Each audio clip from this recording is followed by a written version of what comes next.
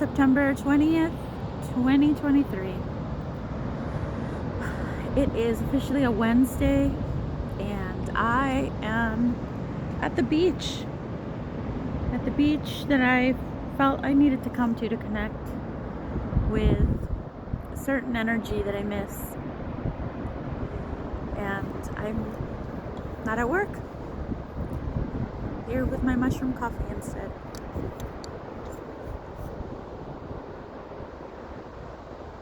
I shed a few tears on the drive over here.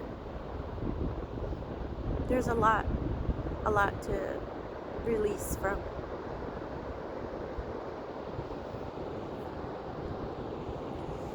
So much going through my mind. I was thinking to myself how this town had so much potential when I first got here. Just the possibilities were endless.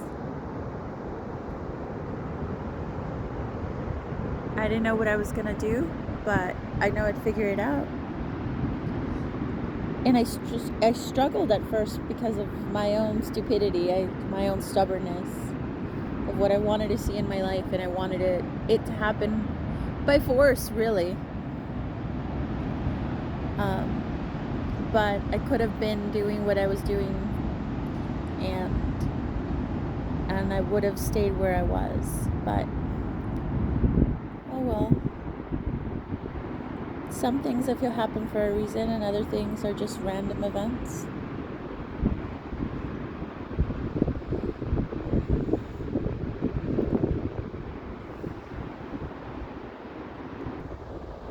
I don't know what my next course of action is. I feel a little lost. No, let's be honest, I feel lost. I feel like I knew exactly where my life was going at the end of for sure the end of last year. I felt like I knew exactly where my life is going at the beginning of this year. At one point at the beginning of this year, I was feeling so immensely happy, immensely grateful. I had the job, I had the fiance, I had my child. I had the life that I always wanted. And every day felt like such a blessing. Felt like, wow, is this really my life? And it wasn't picture perfect, but I've never achieved that. I've never tried to achieve picture perfect. That's not for me, because I'm not perfect. I need somebody that will work with me through things as I work through them myself, as I help that person grow. That's all. And we mutually understand each other. I feel like I have that with the new person that's kind of in my life and kind of not in my life, because I did push him away last night. And I think it's for the better. I'm going to call him, I already called him Mr. Kinks. That's his nickname. Because he is into some interesting stuff. Which is part of the reason why I wasn't sure that I wanted to pursue a relationship with him.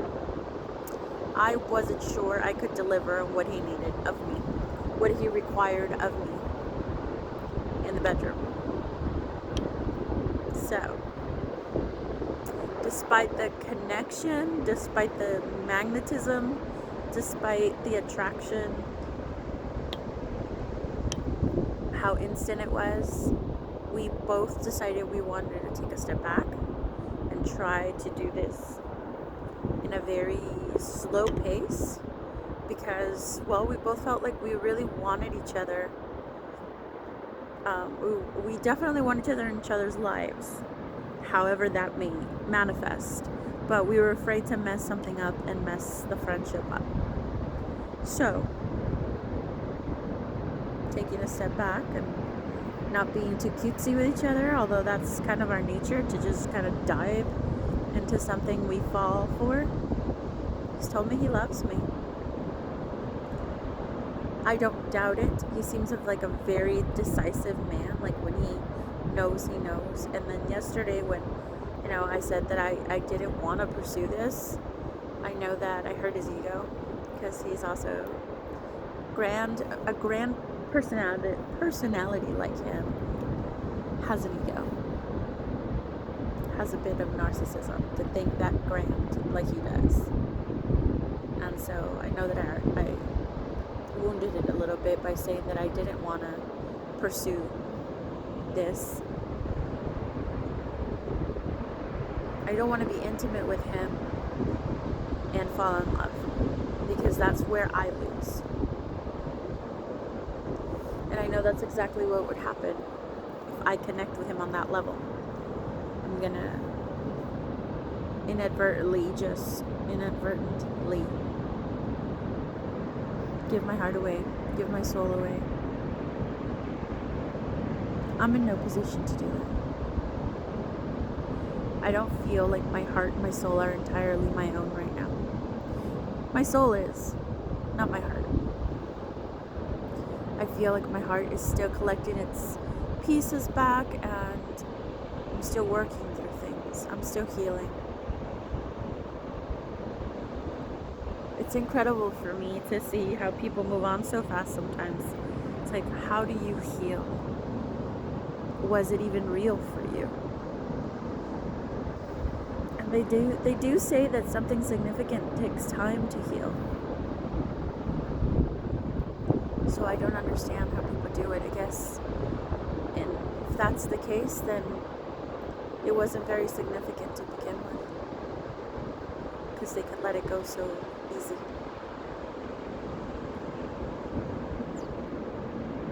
I've come to the conclusion that I'm having a hard time with this, that it hit me as hard as it did. Not because necessarily the person, the person I really cared about, and I loved and I admired, and I knew there were issues, but nothing that scared me away. Not too much scares me away, except for maybe those things in the bedroom. But I think what is still lingering within me is how incredibly happy I was, and how all of that got ripped away just seemingly out of nowhere. Sometimes it makes me angry that I put my love and trust in somebody who was that mentally ill. I should have seen it, I should have known. But I know what I know now. I refused to see the signs. I didn't know the signs. I knew there was some red flags, but when you love somebody, you want to make it work.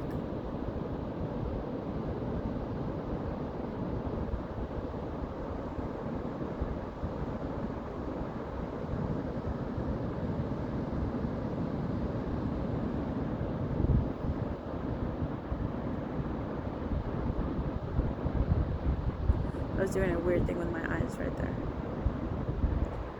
It's when you have like a blue sky, just clear with nothing on it, and suddenly you start seeing a whole bunch of floaters and weird clear things in your eyes moving around. I got distracted by that.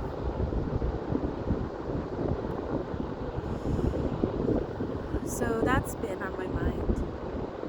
How incredibly happy I was last year, or early this year. How incredibly blessed I felt. How I felt like I found my person. And you know what? I still think he's my person. I do. Doesn't mean that we obviously didn't end up together. Doesn't mean we should end up together. But I think, and you may never realize this, but I think we were those few people that are scattered on this planet that we're meant to find if we're lucky, and it's kind of perfection. And I feel like we were that, because with him I was so different, and it was effortless. I didn't have to bypass things, it just was. And for him initially, he gave up some of his practices for this. So for a minute there, with clarity there, with excitement, he did something different too. And he seemed to, really respond to our interactions, our relationship. A lot was just seamless with him. Just seemed effortless. And I think a relationship should feel that way. But I mean, it wasn't all effortless. There were real relationship issues. I was dealing with somebody who was untreated for a severe mental health disorder. And I didn't know what that meant. I didn't know severe mental health disorder was part of my life. I knew he was bipolar. I knew he was rapid cycling. I knew it was bipolar 1. And that's about it. I knew the titles. I didn't know what that implied. And it's my bad because I didn't care to know. And it's his bad because he never pursued treatment.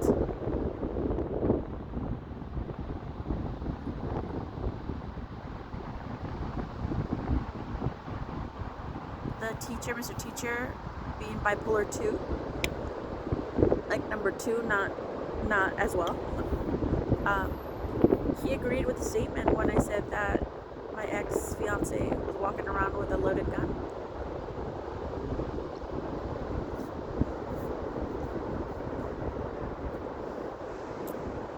He said that was a fair assessment, considering his condition being 1 and rapid cycling. To not get any treatment, that was very irresponsible. And as a guy who was struggling with bipolar 2, and the shenanigans that he had done in his life, he wanted to let me know that this had nothing to do, like the relationship and the chaos of it, what happened at the end there, had nothing to do with me, and everything to do with a disease that he irresponsibly allowed to continue taking control of his mind. And there was no other possible outcome but him crashing eventually from the high and getting in his head about things, and worse, having a serious episode with the stressors of life. So I would love to meet somebody that makes me feel happy like that again. I think that's all I really ask for. That makes me feel proud of him, that makes me feel like I can admire this person, I can trust this person, that I want to marry that person. I want that. I do.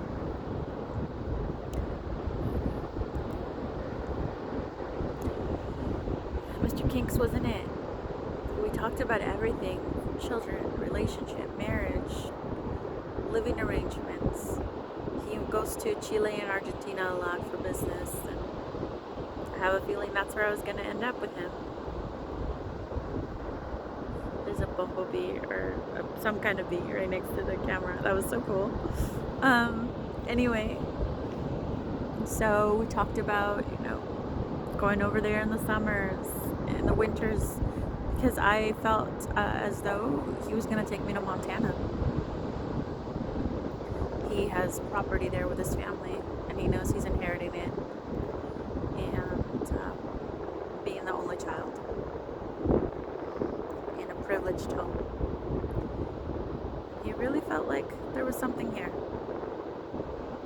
I said no to all of that. In another life, I could have been Miss, I'm not going to say the name, but in Montana. log cabin house with big yard and beautiful mountain views. I do think about that a lot. Not a reason to move with somebody, right? But that's not the point of our connection. There was something there. I'm just not keen on what he's into, and I'm not feeling anything for anybody. I've shooed away every single guy that has come my way, and quite honestly, that's quite a few that have come my way. I've taken a chance to meet quite a few, and I've shoot them all away. They're not it. I don't think this year's gonna give me that it factor. Right now, I'm in survival mode. I'm here when I should be working. I should be in my office helping people. But that's no longer my place. I opted to get out of that toxic environment. Those really nasty people. All the good people went away and the nasty people stayed. Seems to be the case, huh? Speaking of going away, a soul sister of mine passed away 2 weeks ago. And that's been a hard blow. I always thought I'd have more time with her, to patch things up with her, to build again with her, to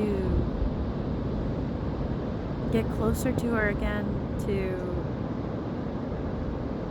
grow old together like we talked about.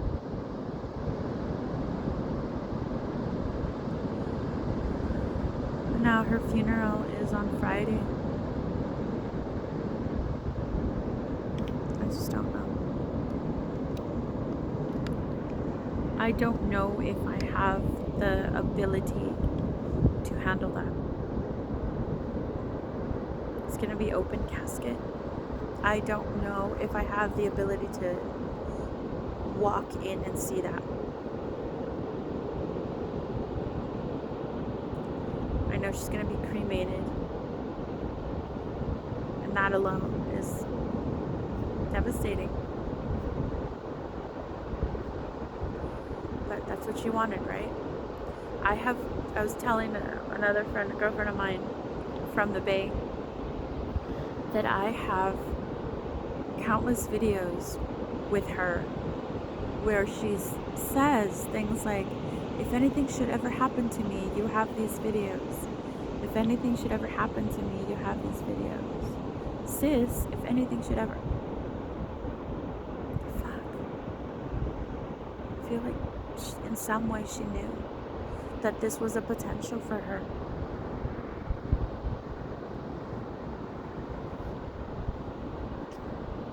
And yeah, I have these videos.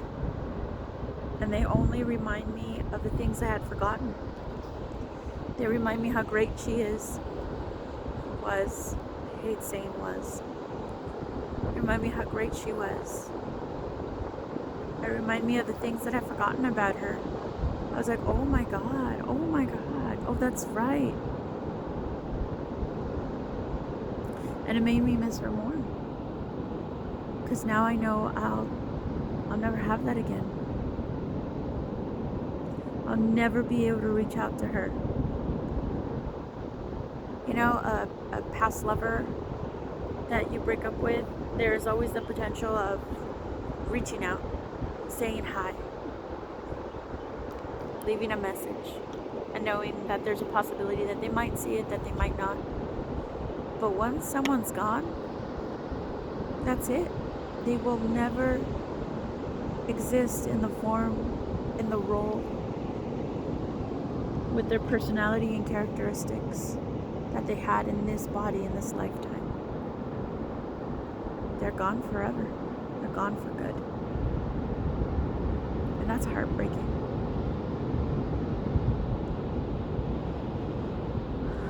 I'm not even connected to the other world sensitivities that I used to have, like I used to. So even if that were a possibility and she trying to reach out to me, she'd probably say, "You're full of shit, cat, because you can't hear me."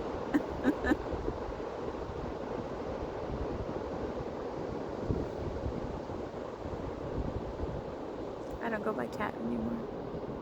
Not since I moved here. It's interesting to hear people in the Bay call me that still. Here, the manager at the job this awesome job that I had, she goes by cat. So now I have a really negative, toxic association with it.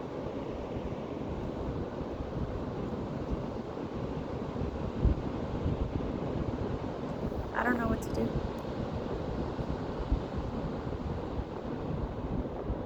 I interviewed yesterday for a position I'm not entirely sure I want. It's working with children, working in my son's classroom.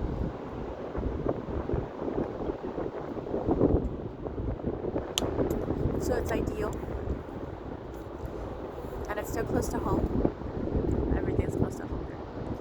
And it's part-time, so it'll give me time to do other things that need to happen. Actually make appointments and be able to go to them without having to ask for permission or using PTO or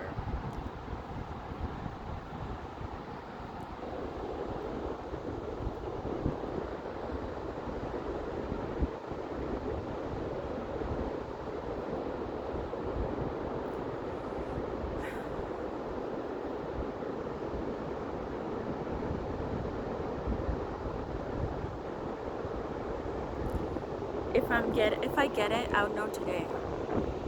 If I get it, I'll be grateful for the position, for the blessing, because I need to work. I can't afford to just mosey around like this. Unfortunately, I can't afford to live my life. I have to work. I have to be somewhere, providing a service somewhere in order to make a paycheck. But I'm not quite ready. To be. I need to provide for my child. If it were just me right now, I would probably leave this place. I would probably go.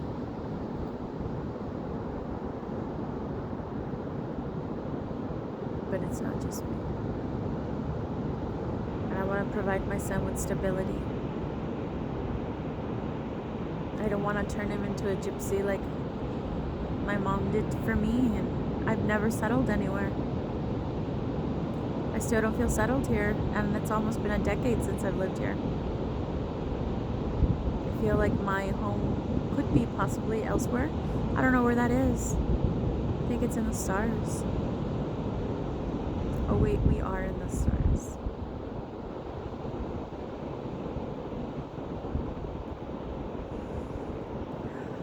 Removing the husband spawn, the fiance spawn. That's the thing. I saw him like my husband already. I saw him like the father figure.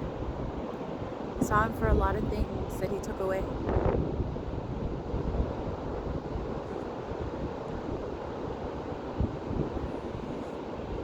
That's been a shocker to my system. I just saw so much for us. I allowed myself to dream big. And since we were looking for a house and doing things so officially, I never considered that his mental health disorder would not allow him to rationally see what he had versus what it would what he would be losing.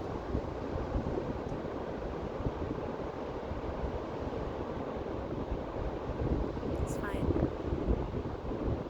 He's moved on, and so have I. I just miss how happy I was and how blessed I felt. And that's all. That happiness is up to me now to achieve, and it's been difficult, I'm not gonna lie. Letting go of things. A lot of people want you, but once they have you, they don't know how to value you. They don't have the maturity, the capacity, the selflessness to be present and be aware or be open. Everybody has some significant baggage at this 30 stage, at the 40 stage, hell, at the 20 stage. Sometimes it comes from childhood, like my stuff. Other times it's the men who dated.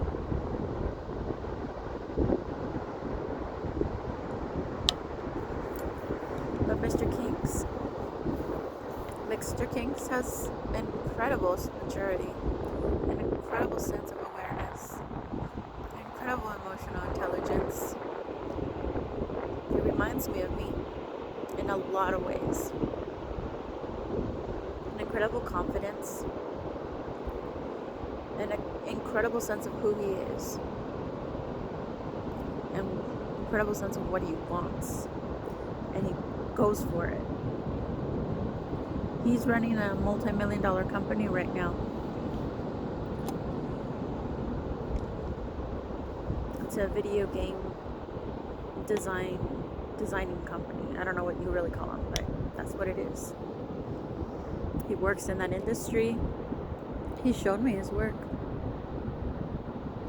but he took it a step further and he co-created his own company 10 years ago, and they've had significant influence in big names. So it's admirable that he's done this in the amount of time that he's done it in. He said he's been in the industry for, I can't remember how many years he said, but it was more than Jarvie. I think he said 20. He started young.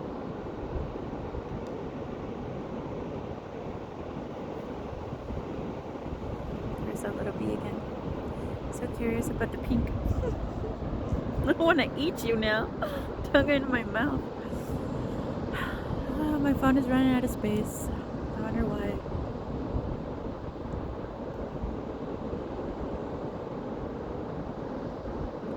There's somebody else in my life I've been talking to that I didn't let go of even when talking to Mr. Kinks, whom seemed like the complete package, with the exception of maybe the things that he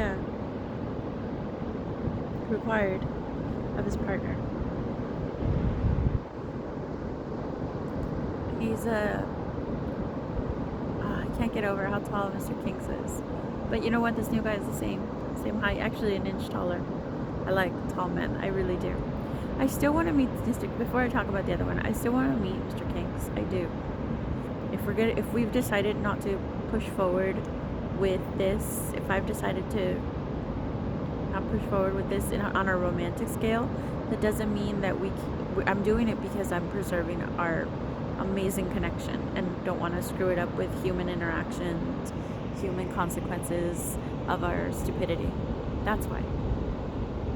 I don't know if I could be intimate with him and give him the things that he needs. And so that would be really awkward and weird and uncomfortable, and how do you go back from that? So, and I don't know. He's very scared of breaking my heart. He doesn't want to break my heart. He doesn't want to hurt me. But, I don't think we're compatible. I don't. We just are very similar, and we have a magnetism towards each other. It might be like looking in the mirror. For a second there, I considered, what if, because we're both holding back, so I know that the energy isn't as prominent as, like, say, me and my twin flame, how it hit us. But when me and my twin flame, it hit us in a way that we weren't ever expecting. We didn't know what the fuck twin flames were. And so it was really uninhibited. The energy was really uninhibited. We never held back. We went with it, and it was magnetism. With this guy, there's that magnetism. There really is. And we both discovered it the first night we talked on the phone, and holy shit. We both say, holy shit, what was that? What the fuck was that? It was intense. And ever since, we've pulled back. We both did, because we realized that this can take us really far real quick. And we are notorious, both of us are notorious, for diving into relationships when it feels like this, or, I mean, not even like this. He claims he's never felt this with anybody, and I have with my twin flame, but with my twin flame, it was 100 times more. But I'm wondering if, because we're both holding back, we both know that this is crazy strong. I'm wondering if it would feel that way, because I get the sense, just like with my twin flame. When I met my twin flame, and I told him last night, Mr. Kinks, there was 3 facts that I knew were going to happen. 1, that I loved him. The minute I met him, I knew I loved him. 2, that he was going to be significant in my life. He wasn't just going to be a passerby. And 3, that he was going to change my life and change the way that I was. And he's like, well, he said that yesterday, right? And I was like, all 3 came to pass. And I knew it from wherever source that entered my body that night gave me that knowledge that this was significant. And it hit him too, the same. And we were significant. He still is my longest relationship, amorous, loving relationship. He still is my most romantic. He still is my best sex. He still is my worst fights. He still is my biggest mistakes. He's definitely my twin flame. Whether he hates that title now or not. Because the twin flame is here to make you pay. Make you grow. And he is still the man who kicked the door down to my spirituality. I know in my heart and my soul that if I were to see him again, so many things would surface that I've forgotten, that he's forgotten. And maybe that's a reason to stay away. Because we're not dead. We're not dead to each other. I find him annoying now in the videos that I see of him. I do. Like, but then again, he was a kid back then. He was like in his 20s, and I in my early 30s. We're 11 years apart. 11. Sacred numbers. He's also carrying a lot of baggage, a lot of anger that irritates the fuck out of me when I'm around him. And that was something that I do remember. I remembered it when we interacted this time around. It came rolling back like, oh, this is a reason why I couldn't handle this relationship. He is heavy. That man is powerful. That man is spiritual. That man, when he anchors into his spirituality and does things appropriate, the right way, the way that ascend him, the way that he vibrates on a higher frequency, he is magnetic. He is magnificent. I'll tell you that. And I can say that with certainty even to now. He is a force to be reckoned with. He manifests. He can manifest on a very clear, concise level. When he doesn't hone his skills because he doesn't have the discipline to, when he goes into lower vibrations, when he's in this running, chasing, when he's in this want, when he's in this needing, he creates a very heavy energy around him because he is a very powerful being. I wish him the best. I really do. I wish him happiness. I wish him fulfillment. And I gotta wish that for myself too. And so Mr. Kinks has that potential. I feel it with him. I feel as though if I were to open up to him and let myself go with him, which I won't, I feel he has the potential to introduce me to worlds that I have never even considered, that I have never even been a part of, that I have never experienced. I told him that last night. You have that, and I feel like that is exactly what would happen, and I'm intimidated by it.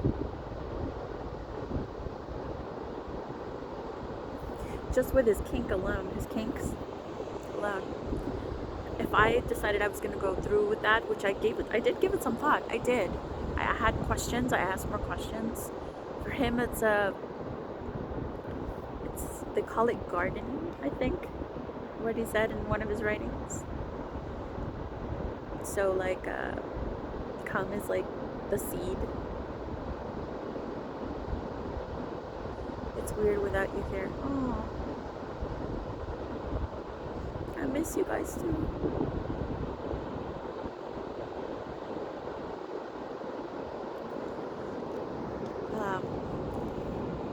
His like this is like the seed, and there's water and fertile soil, and that is all I will say, because that is enough information for anyone curious to go looking for.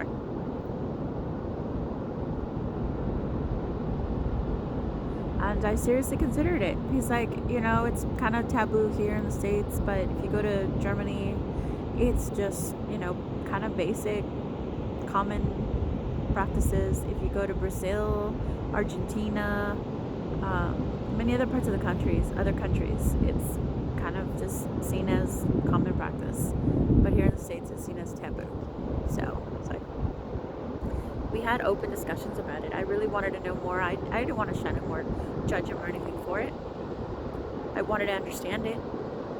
And now I feel like I have a better understanding of it. Does it mean that I want to participate? Not necessarily. But I did give it some consideration. Because we have this kind of conversation that I'm having with you, I was having with him. I could have with him. He hears me. He understands me. He sees me. He started calling me Moon Girl with that poem that he wrote me, without even knowing that my artist name was Silver Moon Raven Hair, that I consider myself a moon child, that my social medias have names like Mujer de Luna or Moon Glow. It's always moon something. And like he said yesterday, I had no idea, he said. And I was like, I know you didn't. You just picked up on that. And he started calling me Moon Girl. And he wanted me to know yesterday that my affection was completely reciprocated. That, while sometimes I would slip and say sweetheart, and then I was like, stop it. His affection came out in the nickname Moon Glow with that poem. And that's how we were keeping it at bay, but at the same time, advancing towards each other. And he said, I've taken steps towards you. I really have. I'm counting them because usually I don't. And I'm counting them to be methodical about it and do this right. So when I told him yesterday that I wasn't going to go anywhere, that I chose not to, because I know that if we sleep together, I'm going to fall in love, and if it doesn't work out, it's going to hurt me. And so I said no. He understood, respectfully, gracefully backed out. I let it be. And we left it at that. I'm going to miss him if we don't communicate anymore, but I do want to meet him still.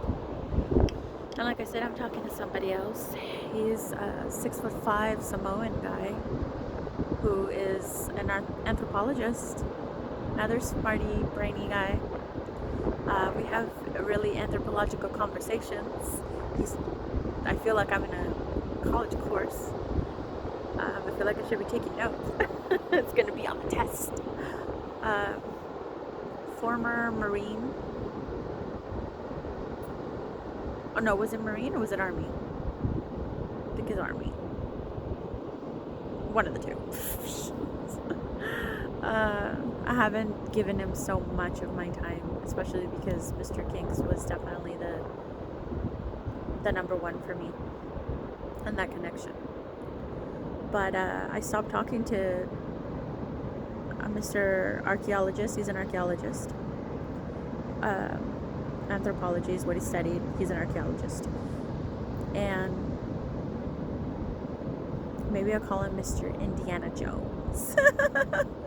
We'll work on that. Or maybe Mr. Allen. No, that's too confusing because that's a real person's name. I'm thinking of the guy from Jurassic Park because he's an archaeologist. Was he an archaeologist? I don't know. Anyway, I'm running out of space. Damn it, fucking phone. I stopped communicating with him because of Mr. Kinks, and he noticed, and he sent me a message. I sent him a message back to reply like, hey, no, I'm still here.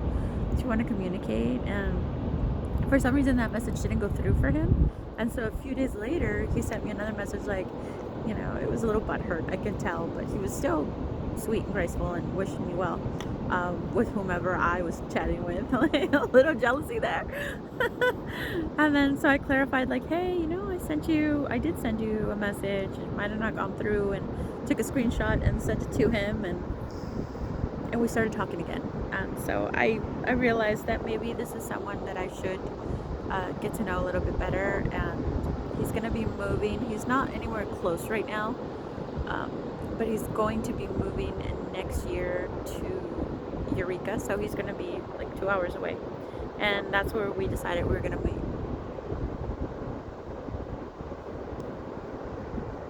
If we're still talking, which I don't see why not,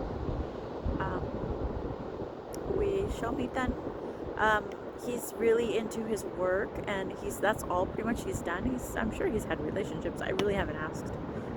I haven't taken it there to get to know him on a deeper level like that. But like I said, I feel like I'm in a college course because that's all we talk about: anthropology and geography, which I'm a big nerd for. So I enjoy our conversations, but they lack the personal touch of getting to know each other. So the first time we were on the phone, I had to hang up because my phone was dying, but at the same time I was so bored because he was so floored talking to me, but didn't allow me the space to actually talk back. A lot of men do that with me. They really do. They get really excited. Mr. Kinks was like that at the beginning, and he apologized later for not giving me the space to interact with him, to share about myself. I did interact with him, but I didn't share about me. He was very much about him, and I noticed that from the beginning. Those are things that I notice now, and they are red flags for me. They are. I want to meet somebody who is just as interested in getting to know me as a human being, and curious about me. Yeah, these men are intelligent and curious about life, but they need to be curious about the woman that they're courting, because that's important to us women. We want to know that these men really value us, and you show us with your actions. So we'll see where it goes. I don't see myself having a future with this guy either.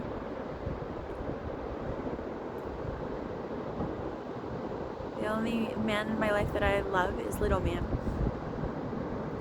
Aside from that, I don't love anybody. I have no feelings towards anybody. Nothing surfaces. I feel nothing. And maybe that's still, I hate the sound of that. I feel nothing. I don't want to be that way, because I'm a super empath. I feel everything. I do feel everything. But when it comes to my heart, my connection with somebody, I feel nothing. None of these men. And I'm hoping that it's just because they're not it, and not because something just broke inside of me.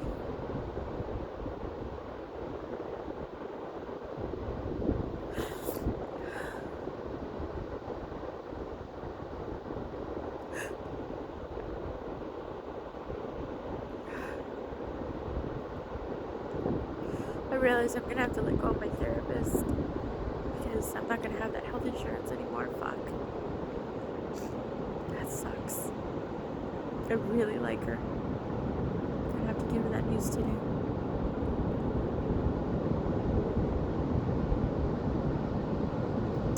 We'll figure it out. I get stressed out because, well, I'm not working today and I need to be making money. But I have at least one more paycheck coming that pays the rent and bills, puts food in my child's belly, and then that's it. I have no more money. So I definitely have to get my ass in gear to get a job somewhere. Even if it's something I'm not used to doing, I will figure it out. I will. But who knows? Maybe they'll give me a call today and say they give me that job. And I'll be extremely grateful for her having a job. And I'll make it work. It's less money because it's less hours.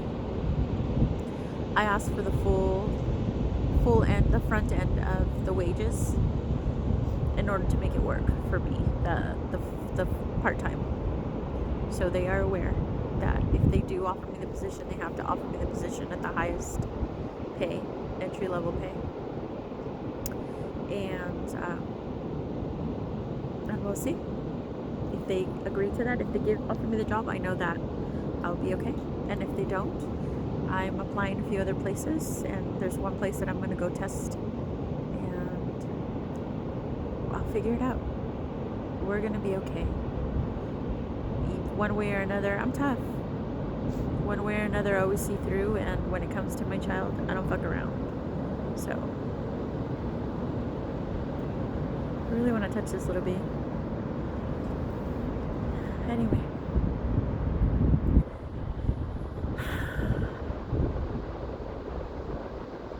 Universe, you have surprised me a lot in many ways.